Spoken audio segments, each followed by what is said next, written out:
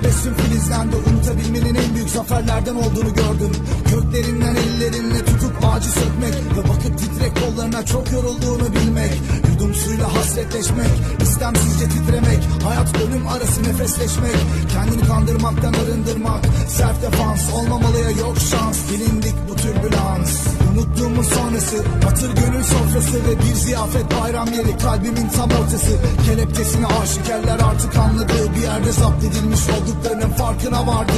Halden hale bir revane, boş mahalde ben divane, dört duvarın çemberinde bir insandır meyhane. Unuttuğumun ertesinde noktalar virgüle döndü. Sahte gümüşler sana kaldı, altınların bitti. Siz ortadan kalktığında başlar dalış temaşa. Siz ortadan kalkmadan her ileri adım muhalif. Senin içine yangınlarından kül topla, ya da çık dışarı aptallar gibi beyaz tavşanı ara. Yahut al silahlarını, dünyalarını tara, ya da geç